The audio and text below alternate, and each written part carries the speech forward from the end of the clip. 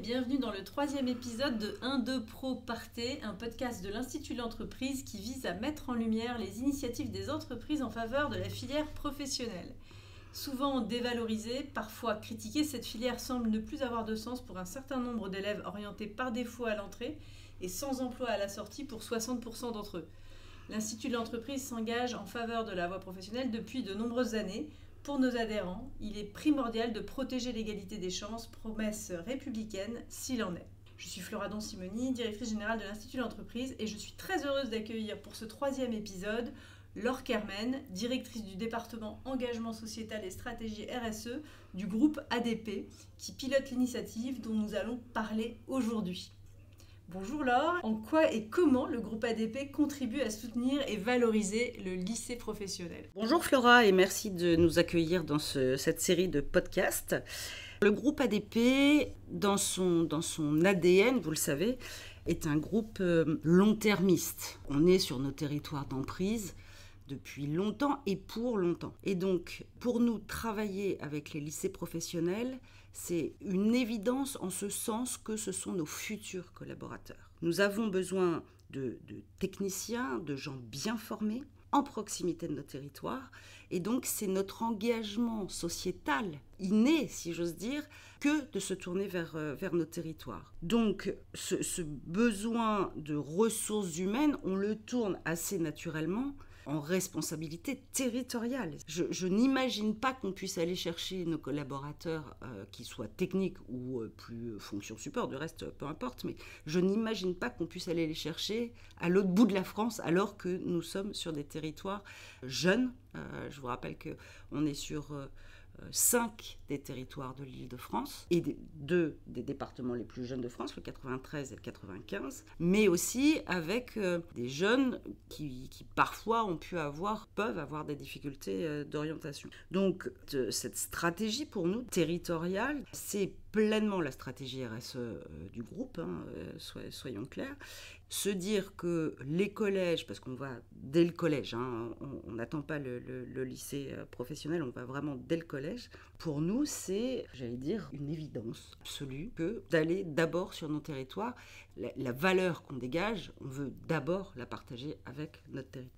Si je reviens sur notre marotte qui est vraiment les lycées professionnels, est-ce que vous pouvez nous rappeler un peu quel est votre écosystème avec les lycées professionnels, nous parler, je crois que vous avez justement une initiative particulière que vous êtes en train de développer. Dites-nous ce qui constitue aujourd'hui votre activité sur ce territoire avec les lycées professionnels. Ce qu'on essaye de faire, vous le savez, nous on fait partie de ce qu'on appelle les 3A, aéroportuaire, aéronautique, aérien. Et donc ce qu'on essaye de faire, c'est de se dire, les aéroports de Paris, c'est 120 000 collaborateurs. Aéroport de Paris, en tant que tel, on est 5 000. Donc, nous sommes chefs d'orchestre, si j'ose dire, de ces 120 000 collaborateurs, de tous ces métiers, de tous ces prestataires. On externalise l'exploitation à 95%, avec des centaines de métiers. Et donc, ce que l'on essaye de faire, c'est de se dire, OK, on va avoir à 5, 10 ans, à 2030 et ensuite à 2035 des enjeux de décarbonation, etc. On va avoir des départs massifs à la retraite. 2, on a des métiers qui sont en train d'évoluer. Il y a ceux qu'on ne connaît pas encore, il y a ceux dont on sait qu'ils vont évoluer, et puis il y a derrière la décarbonation sur laquelle on est très engagé et qui vont amener eux-mêmes des nouveaux métiers. Et donc, on se dit, allons voir sur notre territoire et travaillons avec les lycées professionnels, et en tout cas ceux qui le souhaitent, pour faire évoluer les formations dans le sens des compétences dont nous avons besoin. On a créé avec la région, avec le 77, avec Meaux, un lycée professionnel spécialisé sur les 3A. Donc aéronautique, aérien, aéroportuaire. Avec donc du matériel, parce qu'il faut travailler techniquement sur les avions, sur la maintenance, etc., etc.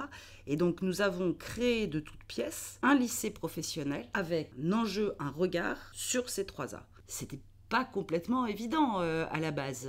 Et petit à petit, on a d'autres lycées professionnels qui se sont manifestés en disant nous, ça nous intéresse aussi. Et on a beaucoup de métiers sur l'aéroportuaire. On va de la sûreté, l'accueil, l'hôtellerie, la restauration, la vente. Et au fur et à mesure qu'on travaille avec eux, on va aller de soit vraiment la technique et donc des lycées qui vont se spécialiser sur la branche des 3 arts, soit avoir des formations plus courtes, voire des bac+1, de formation sur des compétences d'intérêt local, ce qu'on appelle, et donc l'intérêt local, c'est l'aéroport et tous ces métiers, et se dire, on va former des jeunes soit sur des certifications plus courtes, soit sur des diplômes plus longs, pour venir sur nos métiers, parce qu'on a un besoin en recrutement extrêmement important, et on sait quels sont les métiers en tension qu'on a régulièrement, et qu'on est en train de travailler, de lancer une étude par ailleurs entre les entreprises, entre France Travail Pro, l'Adriette, la communauté aéroportuaire, pour se dire, ok, quels sont les métiers là à 5-10 ans qui vont émerger, quelles sont les compétences dont vous allez avoir besoin, et quelles sont les formations sur notre territoire qui existent, et celles qui nous manquent, de façon à faire évoluer complètement, et en lien avec l'éducation nationale, qui évidemment est très intéressée par ce qu'on est en train de faire sur notre territoire, pour se dire, on va pouvoir le dupliquer ailleurs, parce qu'il n'y a pas que l'aéroport de Paris, il y a d'autres aéroports, et heureusement, mais de se dire, voilà, ça c'est des filières de métiers, et je vous donne un exemple, qu'en 2035, on va avoir nos premiers avions à hydrogène. C'est au-delà de la partie purement technique, industrielle, il va falloir savoir utiliser ces matériels, savoir faire cette maintenance, etc., etc. Aujourd'hui, vous n'avez pas de formation autour de l'hydrogène. Donc, il faut bien qu'on crée ces filières-là et ces métiers-là. Donc, c'est ce travail-là qu'on est en train de faire. Donc, on a une trentaine de lycées aujourd'hui qui sont soit sur des certifications courtes pour alimenter aujourd'hui les métiers en tension qu'on peut avoir, et on en a beaucoup, que ce soit sur la sûreté, sur l'accueil, etc. On n'a pas forcément besoin d'un bac+12 systématiquement pour faire de la vente ou du marketing ou de l'accueil. Par contre, on a besoin de gens bien formés à l'accueil, bien formés au tourisme, bien formés en langue. Moi, je suis toujours surprise de constater que des jeunes sur nos territoires qui, familialement, socialement, sont issus de familles, je vous dis n'importe quoi, chinoises, arabes, turcs, etc., et qui n'ont pas conscience de la richesse intrinsèque qu'ils ont de parler déjà cette langue-là. C'est quand même beaucoup plus facile de recruter quelqu'un qui parle couramment le mandarin de par son milieu familial et de le former à l'accueil ou au marketing ou à la vente que de former quelqu'un au mandarin. Donc, on a inversé aussi notre façon de voir les choses et de recruter pour se dire, ok, allons voir quelles sont les compétences aussi potentiellement sur nos territoires qui existent déjà et allons les former au métier et aux compétences périphériques dont on a besoin. Avant le lycée professionnel, évidemment, on travaille avec eux, et je vous dis, on travaille avec une trentaine de lycées professionnels, dont la moitié sont vraiment en train de se spécialiser, ou en tout cas avoir une branche très orientée sur les métiers des 3A. Et là, on va pousser encore plus parce que les métiers de l'hydrogène et plus largement du digital, de l'intelligence artificielle, des drones, etc., c'est des métiers d'avenir, on le sait, on sait déjà qu'on va en avoir besoin. Alors l'IA, tout ça, c'est évidemment déjà maintenant. La smartisation qu'on est en train de faire sur nos aéroports,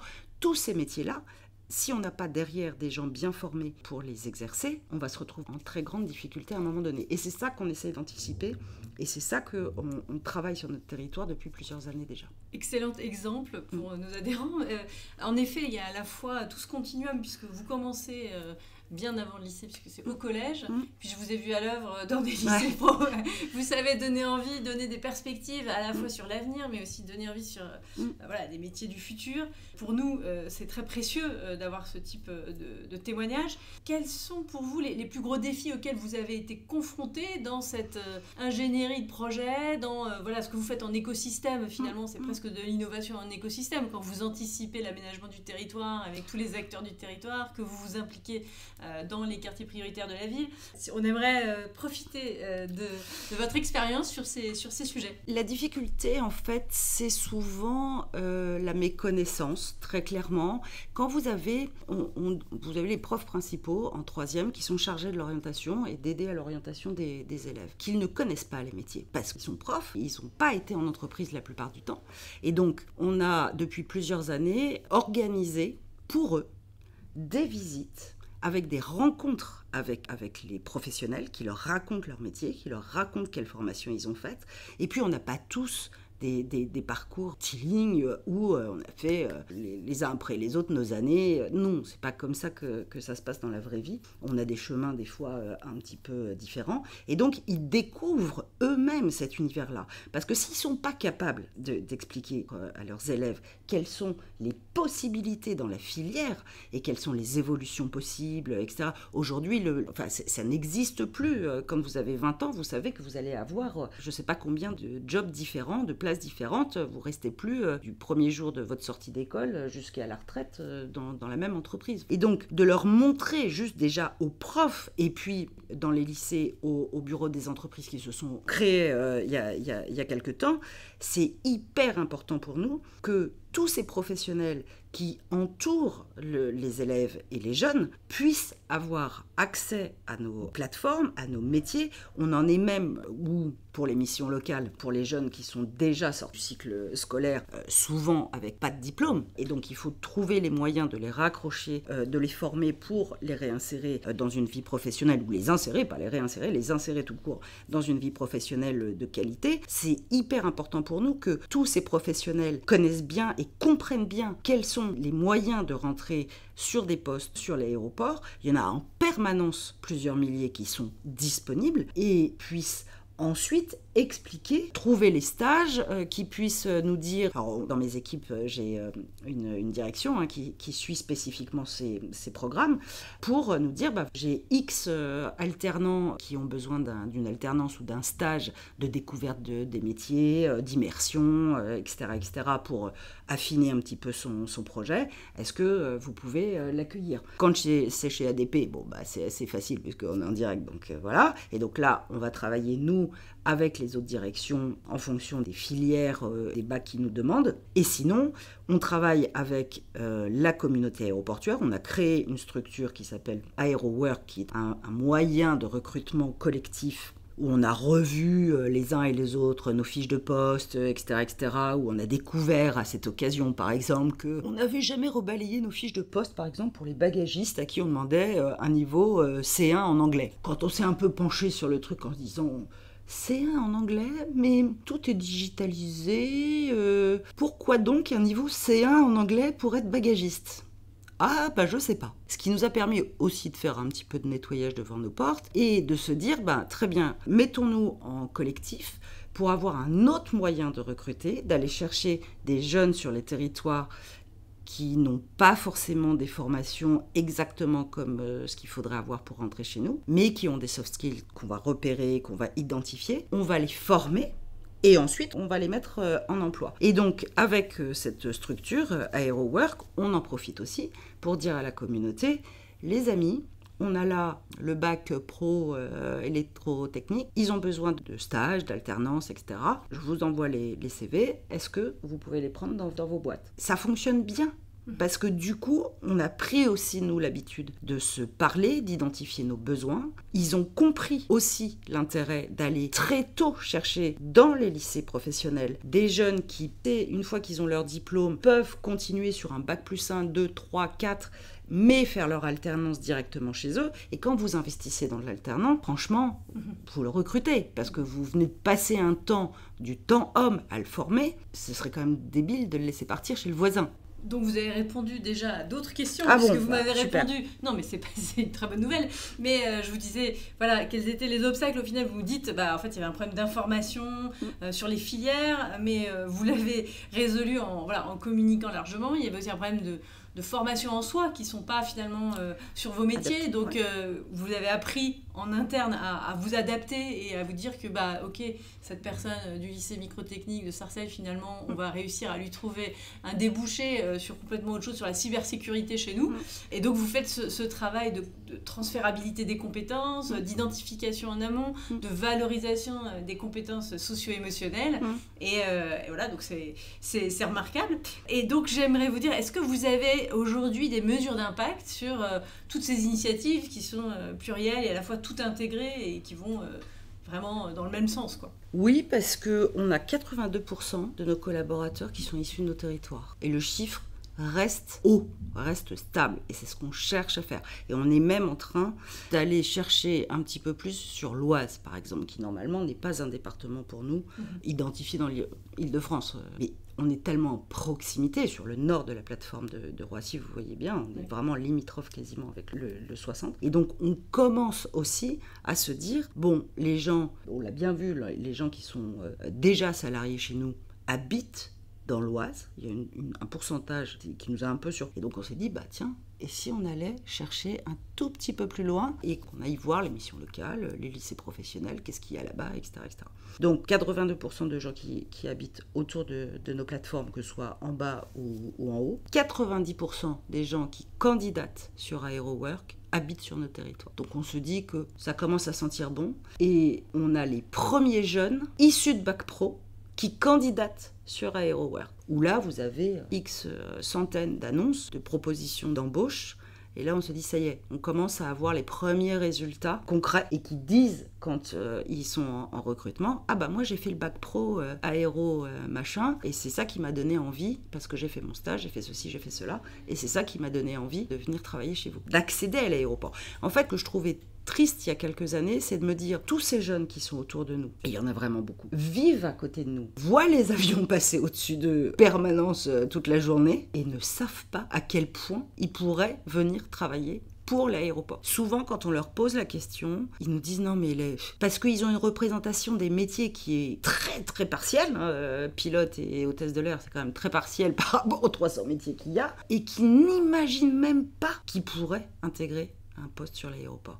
Et ils sont ravis quand ils découvrent l'ensemble des métiers. Je vous donne un autre exemple. On travaille beaucoup avec Bac Pro électrotechnique. Quand ils sont venus faire la découverte de l'aéroport, ils se sont aperçus qu'on avait énormément d'électro chez nous, parce que les diodes, les LED, je ne sais plus comment ça s'appelle, que vous avez sur les pistes, évidemment que c'est un petit peu particulier par rapport à ce qu'ils ont pu apprendre directement en classe ou en luminaire, je ne sais pas quoi, mais à la base, il nous faut des électriciens. Et ensuite, ils vont avoir une spécialité, ils vont être même, dans certains cas, formés sur le tas, parce que c'est ce qu'on a dû faire à un moment donné, mais c'est des métiers absolument fabuleux et indispensables. Si on n'a pas les lumières pour pouvoir atterrir quand il fait nuit, vous n'atterrissez pas. Ça peut mal finir. Ça peut mal finir, vous voyez. Et tous ces métiers-là, j'allais dire, alors je ne dévalorise absolument pas les pilotes et les hôtesses de l'air, mais avant d'arriver dans l'avion, vous avez tout un process qui fait que cet avion-là va pouvoir décoller ou va pouvoir atterrir. Et ça, ils ne l'imaginaient absolument pas. Sur l'hôtellerie et la restauration, il y a aussi une explication, c'est que beaucoup n'ont jamais pris l'avion, n'ont jamais mis les pieds dans un aéroport. Et donc ne savent pas que, oui, il y a plein d'hôtels autour, parce que vous avez plein de gens en transit, que vous avez plein de restaurants, parce que les gens mangent aussi, avant et au retour, plutôt avant qu'au retour, mais enfin quand même, et que tout cet écosystème-là participe vraiment de cette mini-ville qu'il y a dans la ville et sur le territoire de l'Île-de-France. Et là, d'un coup, ça ouvre le champ des possibles. Et ils se disent, ah bah oui, bah si, moi aussi, je peux, tout bêtement. J'ai une dernière question à vous poser, c'est l'usage dans ce podcast. Est-ce que vous auriez un message d'espoir à adresser aux jeunes qui écoutent Absolument, leur dire que, cette filière de l'aérien est une filière, vraiment, moi je l'ai découverte il y a 10 ans, c'est une vraie belle filière, c'est une technologie. Le monde de l'aérien, des 3A, aérien, aéronautique, aéroportuaire, c'est une filière innovante. On a un enjeu devant nous, tous collectivement, c'est la décarbonation de cette filière. Et moi, je suis certaine qu'on va la réussir, qu'on va réussir collectivement ensemble. On ne peut que être d'accord avec vous. Merci Laure, parce que vous Je vous en avez prie. Vraiment adressé un message d'espoir. Je pense que tous les jeunes en lycée pro savent aujourd'hui que les métiers de l'aéroportuaire sont accessibles et qu'en plus, il y a des perspectives une fois qu'on est à l'intérieur. Absolument. Donc, un très grand merci. Je vous en prie. Et à bientôt dans 1-2 Pro Partez.